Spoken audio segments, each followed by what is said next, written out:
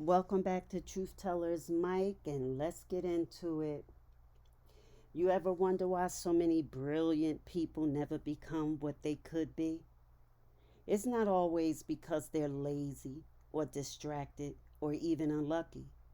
Sometimes it's because the system learned how to domesticate potential, how to teach people to doubt their own power while keeping them busy proving they have some. From the moment we enter a classroom, we're not educated, we're formatted. We're taught to remember instead of think. We're taught to obey instead of question. We're taught to chase approval instead of purpose. You call it school, but it's a training ground for compliance. Think about it. We spend the most curious years of our lives being told when to speak, when to eat, when to move, what to believe, and what to memorize. And after years of that, we call it preparation for life. But what kind of life are we being prepared for? One where the system stays stable, one where innovation is allowed, but only if it benefits control, and one where dreams are encouraged as long as they fit inside their economy. The tragedy is that potential doesn't die, it gets repurposed.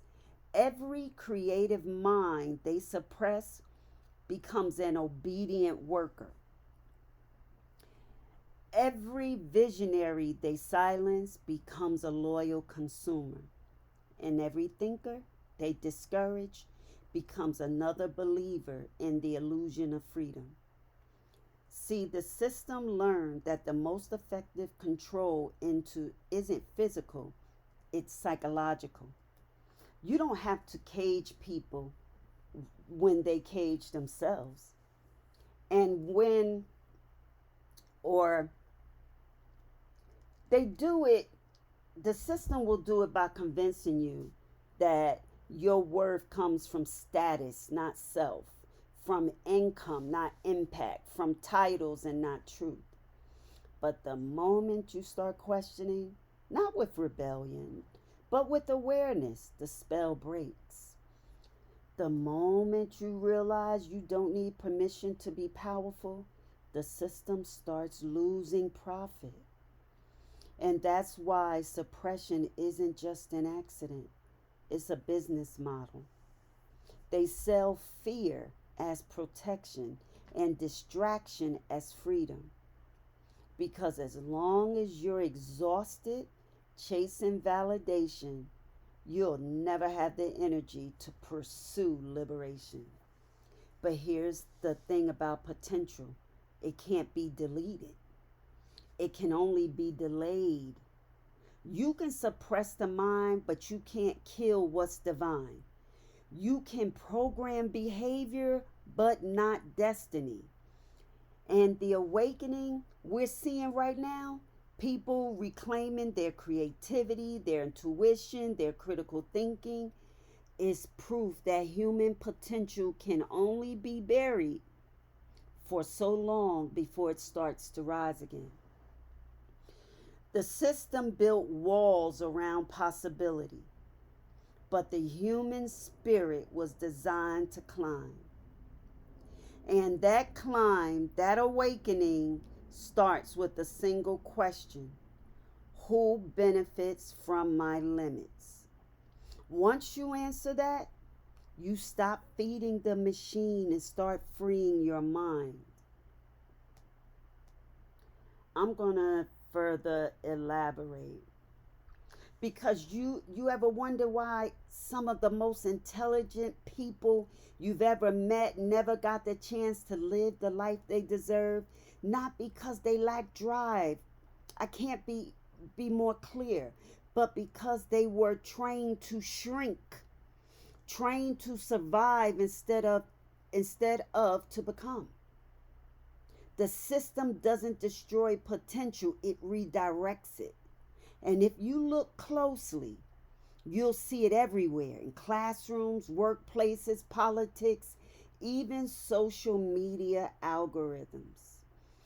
From the first day of school, we're taught how to obey before we're taught how to think, how to stand in line, how to raise our hand, how to remember information instead of question its source. They say it's education, but what it really is socialization, conditioning, preparing minds not to dream but to perform, not to create but to comply. You're told success means getting good grades, following rules, and finding a job that pays well. And by the time you've done all that, your imagination has been disciplined out of you. You've learned how to survive in a system that feeds on the very energy of your untapped potential. The system's brilliance isn't that it doesn't need chains, it just needs consent. And most people give it willingly. It shapes what you value: money over meaning, fame over fulfillment, comfort over consciousness. It even shapes what you fear: rejection, being different, failing publicly. So you stay predictable, easy to guide, and simple to replace. That's how systems stay stable, not by keeping people powerless, but by keeping them distracted, busy chasing recognition instead of revelation, chasing opportunity instead of originality. But here's the truth: every empire built on control eventually faces what it can't predict: the human spirit. That spirit, when awakened, doesn't need permission to rise. It questions everything. It reclaims clarity. It reclaims creativity. It stops living on autopilot. That's why real education begins the moment you unlearn what trained you to doubt your own genius.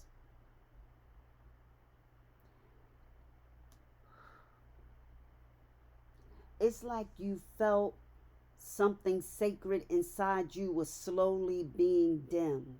Like you used to know things, not with your mind, but with your spirit. And somehow along the way, that knowing went quiet. That's not coincidence, it's conditioning. We live in a world designed to keep the human spirit sleepy, not dead, just sedated. Because a disconnected soul is easy to direct, to get a person addicted and hooked on anything, any form of addiction is easy to direct them. And when people stop listening to their inner truth, they start following manufactured ones. Spiritual suppression doesn't always look like religion or ritual. It looks like distraction. It looks like you're overworked, overstimulated, and emotional numbness sold as normal life. It looks like every app, every algorithm, every headline pulling your attention outward until your inner voice becomes background noise. The system doesn't fear the educated, it fears the aligned. But because alignment makes you unpredictable, you no longer respond to fear, only to purpose. That's why so many people feel anxious in peace and comfortable in chaos. Their nervous systems have been programmed to worship the storm. And when stillness shows up, they think something's wrong. But stillness is not weakness, it's the sacred frequency where the truth begins to speak again. They've made spirituality look like performance, a look, a brand, a lifestyle. But real spirituality is not aesthetic, it's awakening. And awakening doesn't sell well because when people awaken, they stop consuming illusions. The war for the human spirit isn't loud, it's subtle. It lives in how often you scroll instead of sitting in silence. It lives in how often you doubt your intuition because data told you something different. It lives in how often you seek validation instead of revelation. You can't mass produce the divine. So instead, they mass produce distraction. They market self love but demonize solitude. They promote healing but they censor truth. They preach energy but hide the source. And the result? A society that feels spiritually malnourished, full of information, but starving for meaning. But the spirit never truly dies, it waits. It waits for silence, it waits for intention, it waits for the moment you finally say, I miss myself. That's the moment the return begins. When you stop searching for God in places that profit from your confusion and start looking within the temple of your own consciousness. When you start remembering that prayer isn't performance, it's conversation. That grounding isn't trendy, it's survival. That your soul is not some mystical idea, it's your original technology. The spirit doesn't need saving, it needs remembering. And when you remember who you are, no label, no institution, no illusion can own you. That's why spiritual suppression is essential for control. Because awakening makes you ungovernable, not rebellious, not chaotic, just sovereign, right? You own self direction. You were never disconnected, you were only distracted. The light never left you, it was just buried under noise. The journey back isn't about finding God, it's about unmuting your spirit, turning down the volume of the world so you can hear the divine rhythm again. And once you hear it, you'll realize the soul has always been free. The question is, are you ready to live it? And you ever caught yourself apologizing for taking up space, for speaking your truth, showing emotion, or dreaming too loud? That's not humility, that's conditioning. We've been programmed to minimize ourselves before anyone else even gets the chance to. That's how psychological suppression works, not by force, but by repetition. It teaches you to edit yourself until what's left is acceptable but is not authentic. From the moment we enter the world, we're being taught who to be, not how to be.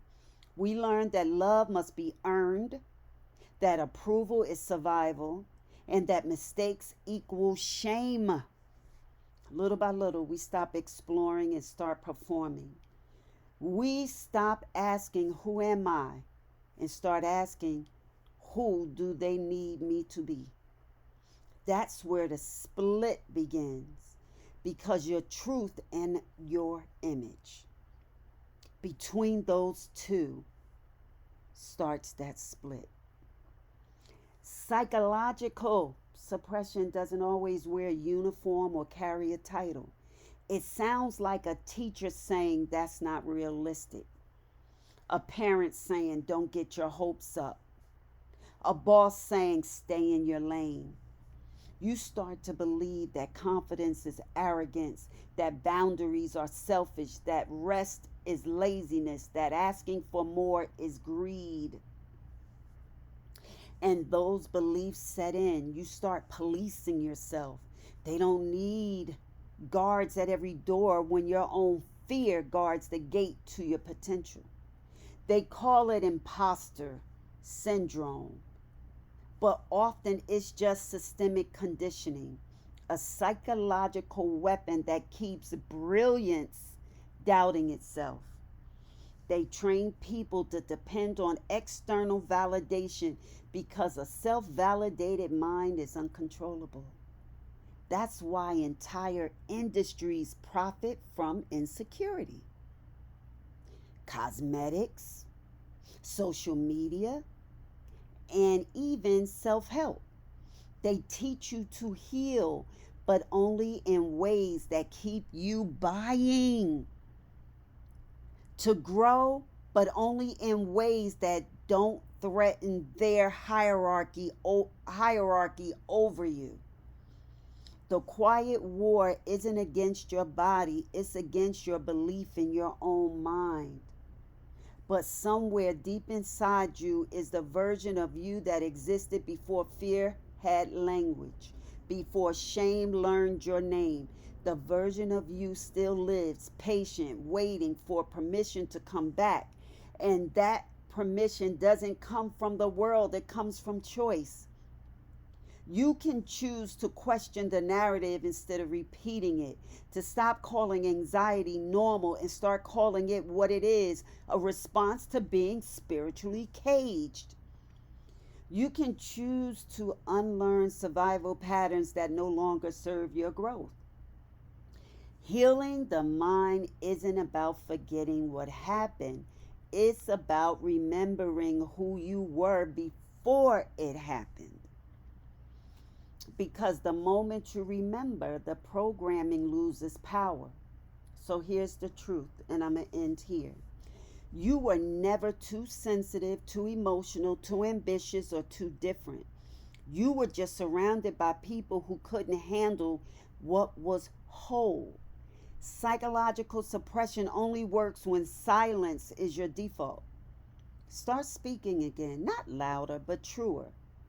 You are not broken. You are just buried under layers of what you had to become to survive. And now it's time to reclaim your mind. When you think a thought that feels heavy, ask, who taught me that? When you shrink, ask, who benefits from this version of me? Awareness is rebellion and healing. That's how the suppressed become unstoppable. See you on the next one. Bye bye.